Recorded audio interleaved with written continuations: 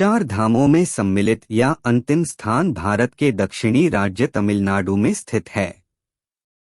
यह अंतिम धाम भगवान शिव से संबंधित है। तमिलनाडु में समुद्र के किनारे बसा हुआ यह रामेश्वरम मंदिर 12 ज्योतिर्लिंगों में से एक है। जब भगवान श्री राम रावण से युद्ध करने लंका जा रहे थे तो उस समय उन्होंने इसी स्थान पर रुककर भगवान शिव की उपासना करने के लिए उनके ज्योतिर्लिंग की स्थापना की थी, जिसके बाद रामेश्वरम में उपस्थित होने के कारण इस मंदिर को रामेश्वरम मंदिर कहा गया। भारत में भगवान शिव के 12 ज्योतिर्लिंग हैं जो हिंदू धर्म को मानने वाले लोगों के लिए अत्यंत पूजनीय हैं। इन्हीं 12 ज्योतिर्लिंगों में रामेश्वरम ज्योतिर्लिंग भी शामिल है। यह 11वां ज्योतिर्लिंग है जो रामेश्वरम में स्थित है। इस ज्योतिर्लिंग को रामलिंगेश्वरम ज्योतिर्लिंग भी कहा जाता है, जो अपने शिल्प कलाकृतियों के लिए दुनिया भर में प्रसिद्ध है। रामेश्वरम ज्योतिर्लिंग शिव के 12 ज्योतिर्लिंग के अलावा बद्रीनाथ, द्वारकाधीश और जगन्नाथपुरी धाम के बाद चौथे प्रमुख धाम रामेश्वरम धाम के नाम से भी जाना जाता है। भारत के उत्तर में स्थित वाराणसी अथवा काशी विश्वनाथ ज्योतिर्लिंग की मान्यताओं के अनुरूप दक्षिण में स्थित रामेश्वरम तीर्थ स्थल की मान्यताएं हैं। यह चेन्नई से लगभग 425 मील दूर रामनाथपुरम में स्थित है। रामेश्वरम में प्रतिवर्ष इस ज्योतिर्लिंग को सजाकर वार्षिकोत्सव बड़े ही धूमधाम और भव्यता के साथ मनाया जाता है। इस अवसर पर भगवान शिव और माता पार्वती की मूर्तियों को तैयार करके सोने और चांदी के वाहनों के ऊपर स्थापित करके उनकी शोभा यात्रा निकाली जाती है।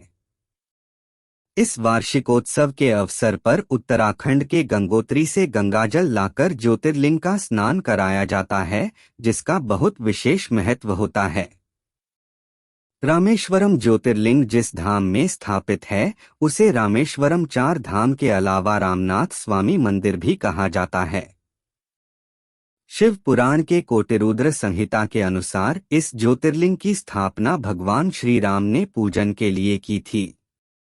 जब रावण ने सीता जी का हरण किया था और उन्हें लंका ले गया था, उस समय भगवान श्री राम बहुत व्याकुल होकर उनकी खोज में दक्षिण की ओर निकले थे। रामेश्वरम में समुद्र तट पर भगवान शिव की आराधना और उन्हें प्रसन्न करने के लिए प्रभु श्री राम ने इस ज्योतिर्लिंग की स्थापना की थी। क्योंकि यह ज्योतिर्लिंग रामेश्वरम के तट पर स्थित था, इसलिए इसे रामेश्वरम ज्योतिर्लिंग या रामलिंगेश्वरम ज्योतिर्लिंग कहा गया। भगवान शिव के 12 ज्योतिर्लिंगों के अलावा रामेश्वरम ज्योतिर्लिंग भारत के 4 प्रमुख धामों में से एक है, जहां प्रत्येक वर्ष लाखों श्रद्धालु भगवान शिव की आराधना के लिए जाते हैं। रामेश्वरम तीर्थ हिंद महासागर और बंगाल की खाड़ी से घिरा हुआ है। कहा जाता है कि आज से 400 वर्ष पूर्व रामेश्वरम जाने के लिए एक लंबा चौड़ा पुल बनवाया था, जिनका नाम कृष्णप्पा नायकम था। लेकिन भारत में अंग्रेजी हुकूमत के दौरान राजा द्वारा बनवाए गए इस पुल के स्थान पर एक रेलवे पुल बनाने का विचार किया गया। इस समय पुल की स्थिति भी काफी जर्जर हो चुकी थी। परिणाम स्वरूप अंग्रेजों के दिशा निर्देश में गुजरात के कच्छ से आए हुए बेहतरीन कारीगरों ने एक बेहद ही सुंदर और आकर्षक नया रेलवे पुल बनाकर तैयार किया। इस ब्रिज को पंबन ब्रिज नाम से जाना जाता है, जो 145 स्तंभों पर टिका हुआ है, जिसे कंक्रीट से बनाया गया है। इसी पुल के निर्माण के साथ रामेश्वरम का संबंध रेल सुविधाओं से हो गया। रामेश्वरम ज्योतिर्लिंग के इतिहास संबंधी कई सारी कथाएं प्रचलित हैं, लेकिन इनमें से एक कथा पर सबसे ज्यादा बल दिया जाता है, जिसके अनुसार रामेश्वरम ज्योतिर्लिंग की पहली कथा कहा जाता है कि जब रावण ने सीता जी का हरण किया और उन्हें अपने साथ लंका ले गया, उस समय सीता जी की तलाश में प्रभु श्री राम वन भटक रहे थे। तब उन्हें उसे जंगल में घायल अवस्था में गिद्ध जटायु मिले। जब भगवान श्री राम ने जटायु से सीता माता के बारे में पूछा तो जटायु ने बताया कि रावण नाम के राक्षस ने सीता माता को हर लिया है और उन्हें दक्षिण की ओर लंका नगरी में ले गया है। गिद्धराज जटायु का यह संदेश पाकर प्रभु श्री राम अपने सेनापति हनुमान, अपने छोटे भाई लक्ष्मण और अपनी पूरी वानर सेना के साथ सीता माता की खोज के लिए दक्षिण की ओर निकल गए। जब वह भारत के दक्षिणी छोर पर पहुंचे तो उन्होंने रामेश्वरम के तट पर देखा कि भारत और लंका के बीच एक अथाह समुद्र है जिसे लांघकर उस पार जाना अत्यंत कठिन है। भगवान श्री राम प्रत्येक दिन भगवान शिव की पूजा आराधना करते थे और तब उसके बाद ही वे अन्य और जल ग्रहण करते थे, लेकिन उस दिन वह भगवान शिव की आराधना करना भूल गए। अचानक से उन्हें प्यास लगी और वह पानी पीने के लिए समुद्र तट पर गए। तब वहीं अचानक उन्हें भगवान शिव की याद आई।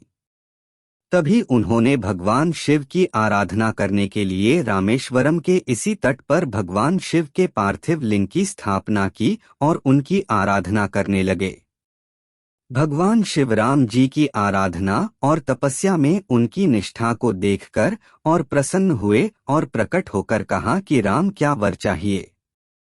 प्रभु श्री राम ने भगवान शिव से कहा कि वह भविष्य में जो युद्ध लड़ने जा रहे हैं उसमें उनकी जीत सुनिश्चित हो तथा लोक कल्याण के लिए भगवान राज्य से इसी तट पर विराजमान हो। तभी से सभी सत्य सनातन को मानने वाले यह मानते हैं कि रामेश्वरम ज्योतिर्लिंग में भगवान शिव वास करते हैं, इसीलिए प्रत्येक वर्ष लाखों श्रद्धालु यहाँ पर दूर दूर से इनकी पूजा आराधना करने के लिए आते हैं। रामेश्वरम ज्योतिर्लिंग की दूसरी कथा। रामेश्वरम ज्योतिर्लिंग की स्थापना के संबंध में कुछ लोग एक दूसरा मत भी रखते हैं। इस मतानुसार लंका में रावण से युद्ध और उसका संघर्ष करके सीता माता को अपने साथ लेकर भगवान श्री राम वापस लौट रहे थे।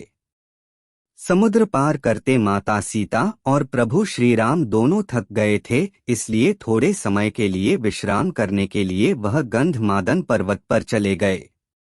उसी समय वहां के सभी ऋषि महर्षियों को यह पता चला कि प्रभु श्री राम गंधमादन पर्वत पर विश्राम कर रहे हैं, तो वे भगवान के साक्षात दर्शन के लिए उनके पास चले गए। ऋषि महर्षियों से विचार विमर्श के दौरान भगवान श्री राम से ऋषियों ने कहा कि उन पर ब्रह्मा हत्या का पाप लगा है, क्योंकि उन्होंने पुलस्त्य कुल के ब्राह्मणों की हत्या की है।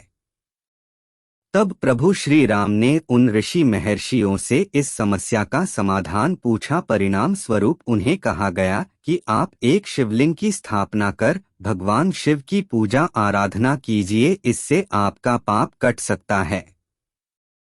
कहा जाता है कि तभी तत्काल उसी समय सभी ऋषि महर्षियों के दिशा निर्देश में प्रभु श्री राम ने भगवान शिव के पार्थिव लिंग की स्थापना की और उसकी आराधना करने लगे से भगवान शिव प्रसन्न हुए। हालांकि यह कथा पहली कथा से ज्यादा प्रचलन में नहीं है, लेकिन अब भी कुछ श्रद्धालु इस कथा पर विश्वास करते हैं। रामेश्वरम मंदिर 1000 फुट लंबा तथा चौड़ाई में 650 फुट चौड़ा है। रामेश्वरम मंदिर के निर्माण के समय इसके निर्माण में लगे पत्थरों को नाव के जरिए श्रीलंका से लाया गया था। रामेश्वरम मंदिर में प्रवेश करने के लिए काफी लंबा चौड़ा गलियारा बनाया गया है। यह गलियारा विश्व के किसी मंदिर के गलियारे में से सबसे बड़ा है। यह गलियारा 1212 स्तंभों पर टिका हुआ है, जिन पर बहुत सुंदर कलाकृतियां बनी हुई हैं। रामेश्वरम मंदिर के अंदर 24 कुएं स्थित है। लोग मानते हैं कि इनको का सृजन प्रभु श्री राम ने अपने अमोघ बाणों से किया था। इस स्थान पर 2 शिवलिंग स्थापित है, जिनमें एक तो माता सीता द्वारा रेत बालू से निर्मित है और दूसरा हनुमान जी द्वारा कैलाश से लाया हुआ शिवलिंग है। रामेश्वरम मंदिर के अंदर कुल 22 कुंड हैं, जिनमें से 21 कुंडों का स्नान कराया जाता है, जिनमें अलग अलग जल हैं, जबकि सभी 22 कुंडों में जल भरा हुआ है। इन्हें 22 तीर्थों के नाम से भी जाना जाता है। इसमें से सबसे पहला तीर्थ अग्रतीर्थ है। कहा जाता है कि जब भगवान श्री राम ने अपने अमोघ बाणों से इन कुंडों की स्थापना की थी तो इन कुंडों में अलग अलग तीर्थों के जल लाकर डाला गया था। इसीलिए यहाँ आकर सभी लोग इन कुंडों के जल से स्नान को अत्यधिक महत्व देते हैं और यही कारण है कि इससे 22 तीर्थों का स्नान भी कहा जाता है।